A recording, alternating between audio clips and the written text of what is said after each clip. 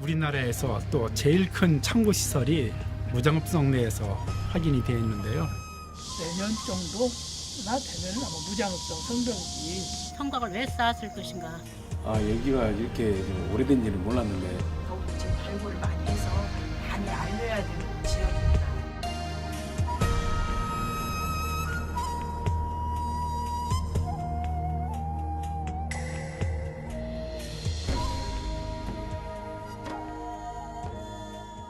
전라북도 고창군 무장면 성내리에 위치한 무장읍성.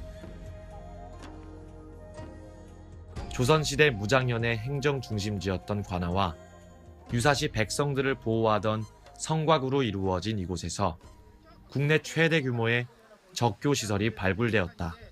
그 가운데 부분은 폭이 한 3.7m이고 양쪽 측면은 2.3m입니다. 성벽을 보호하는 대표적 방어시설인 해자. 적교는 이 해자를 건너다니는 나무 다리로 적이 건너오지 못하게 상판을 들어 올릴 수 있도록 만들어졌다. 다리 하면은 교각이 있는데 이 교각을 아주 큰 나무로 해서 두 개를 합쳐서 하중을 충분히 받을 수 있도록 해서 수레가 건너다닐 수 있도록 이렇게 설계가 되었습니다. 그런데 지난해 발굴조사에서 우리나라에서 또 제일 큰 창고 시설이 무장읍성 내에서 확인이 되어 있는데요. 그래서 그 창고의 그 곡식을 운송할 수 있는 그러한 적교로 이렇게 파악이 돼서 상당히 고각적으로 중요한 시설이 확인되었다고 하겠습니다. 1년 전 무장읍성 내에서 발굴된 창고 시설인 사창 역시 지금까지 확인된 전국의 읍성 건물지 가운데 가장 큰 규모이다. 정면 14칸, 측면 3칸 정도의 이제 건물이 이제 확인이 됐는데요. 보통 보시면은 그 조선시대 건물들을 보면은 한 5, 6칸 많이 우리가 그 구중궁궐 100칸 양반집이라고 하지 않습니까? 그러한 것들은 100칸이라는 건물이 있었던 것이 아니라 집들이 여러 채로 있으면서 이제 칸수로 하면서 이제 100칸인데 지금 14칸짜리 집 정도 되면 굉장히 큰 지금까지 사창으로 이제 보고된 건물들 중에서는 최대 규모이지 않을까. 약 200평에 달하는 창고와 2차선 도로보다 넓은 다리를 만들 만큼 많은 양의 물자가 드나들었던 무장읍성. 그리고 당시의 무장현은 어떤 곳이었을까? 태종 17년인 1417년 두 개의 고을이었던 무송현과 장사현을 통합하여 만든 무장현. 당시의 무장현은 지금의 무장면을 포함한 7개 면을 관할하는 넓은 고을로 대부분이 서해안에 면하고 있었다.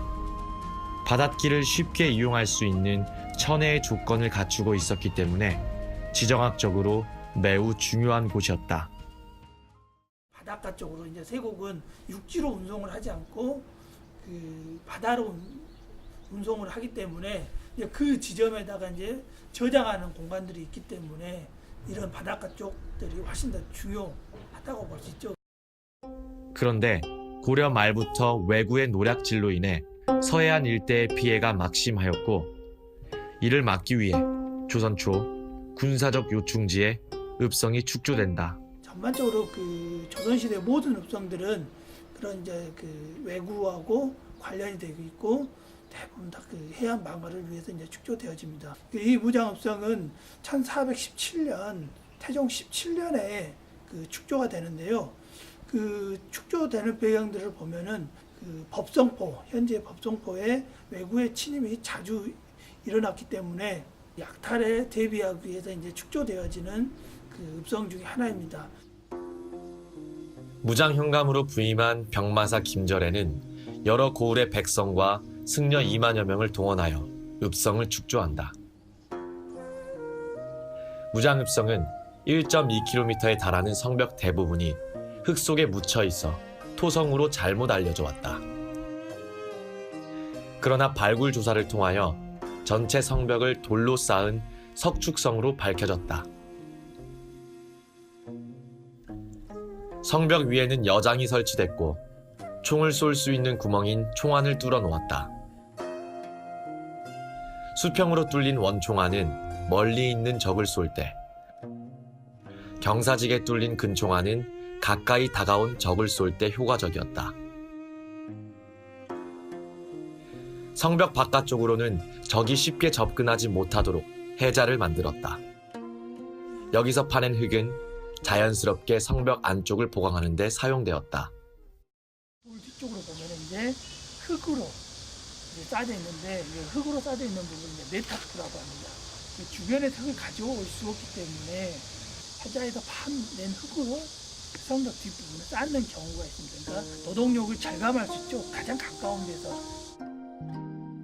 무장읍성의 해자는 시기를 달리하여 두 기가 만들어졌는데 오늘날 읍성 연구에 있어서 독보적인 자료로 평가된다. 처음 성벽이 지어질 때 함께 만들어진 초축 해자는 호환 석축으로 이루어졌다.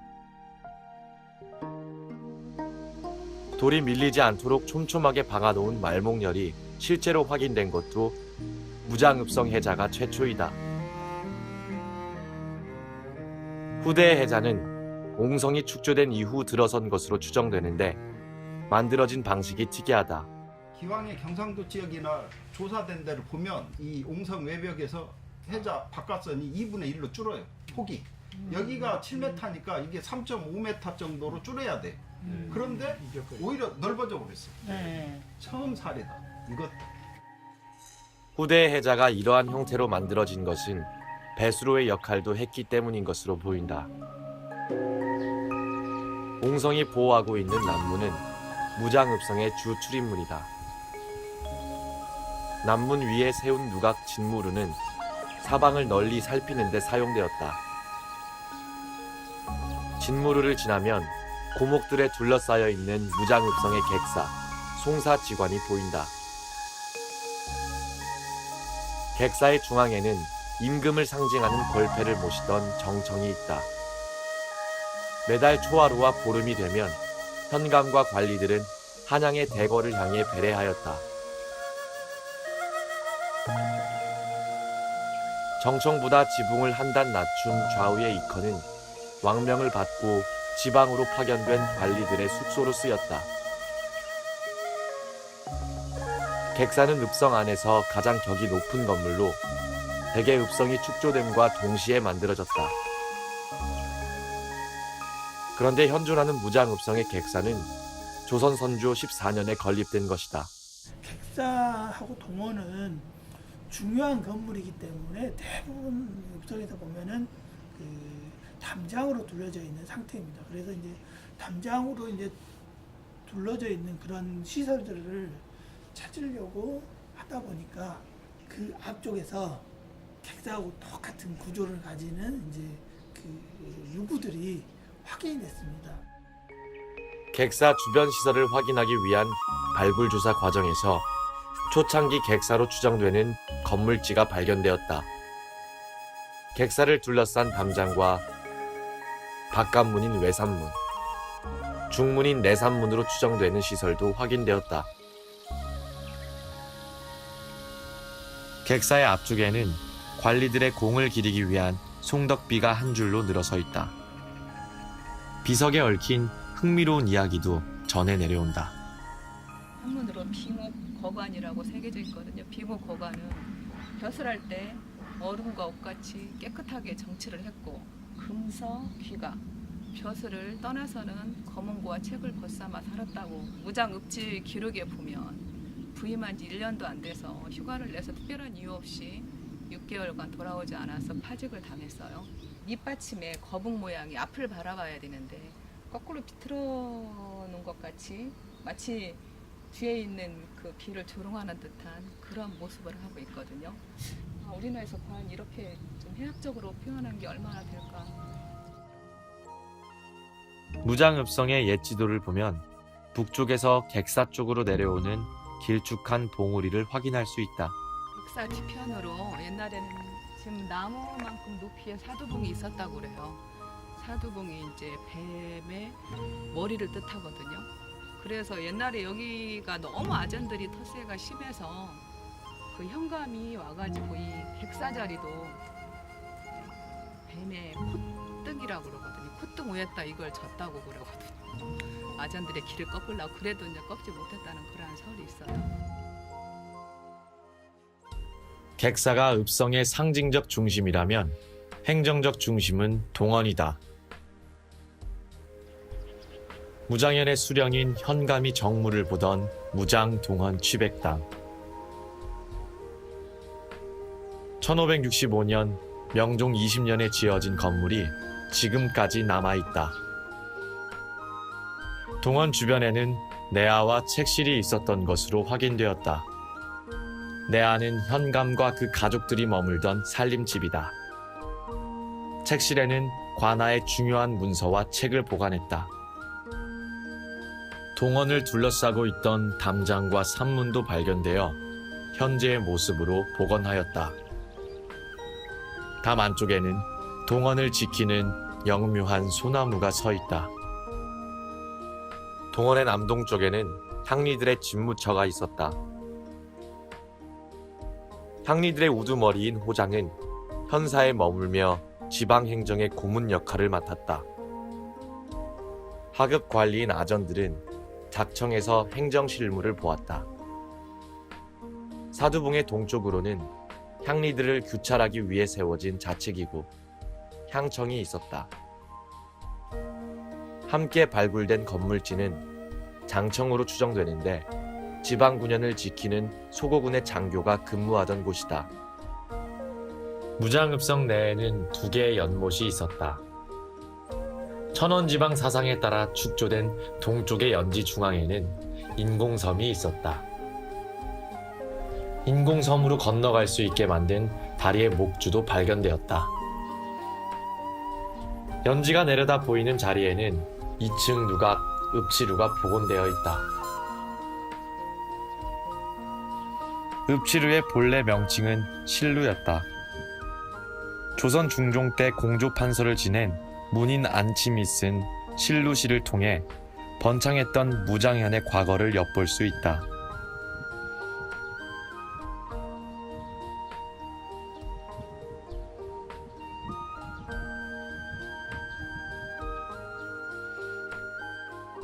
사두봉 서쪽의 연지 역시 발굴 주사를 통해 지금의 모습으로 복원되었다. 과거 무장초등학교의 운동장으로 쓰이면서 40여 년 메워져 있었던 연지에서는 땅속에 잠들어 있었던 연꽃씨가 발아하여 연당, 즉 연꽃이 피는 연못이라는 옛 이름에 걸맞는 정취를 자아낸다. 무장읍성의 연꽃 바라보면서 내가 어렸을 때 추억, 그 연방죽에 피었던 그 연꽃을 여기가 다시 한번 느낄 수 있는 그런 계기가 되었고, 100년이 지나도 이런 땅속에 붙어있던 씨앗들이 발아할 수 있구나. 1894년 동학농민혁명 당시 농민군의 진격로였던 무장읍성. 농민군의 대거 동조한 무장서리들이 성문을 열어주었고 무혈 입성하여 대열을 정비할 수 있었다. 동학농민혁명이 시작된 기포지였던 무장현은 일제강점기 무장면으로 격화되었고 무장읍성도 본래의 기능과 모습을 잃게 된다.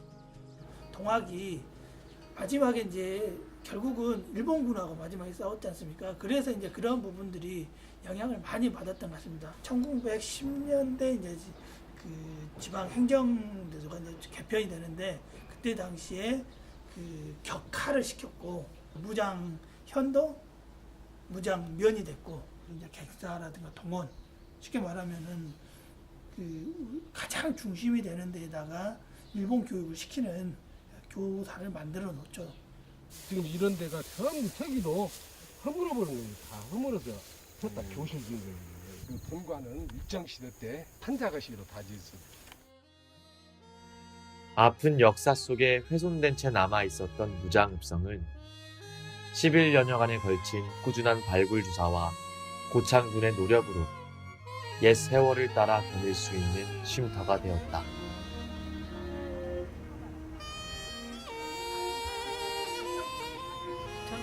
가뜩 전라도 살면서 이렇게 이렇게 좋은 곳이 있었다는 좀 색다르게 느껴졌어요. 제가 너무 이런 쪽에 관심이 없었게 살았나 보다. 이런 거에 관심을 가지고 한번 더 찾아보고 싶더라는. 땅속에 묻혀있던 연꽃처럼 다시 발아한 무장읍성. 그 고즈넉한 품 안에 사람과 바람이 머물다 간다.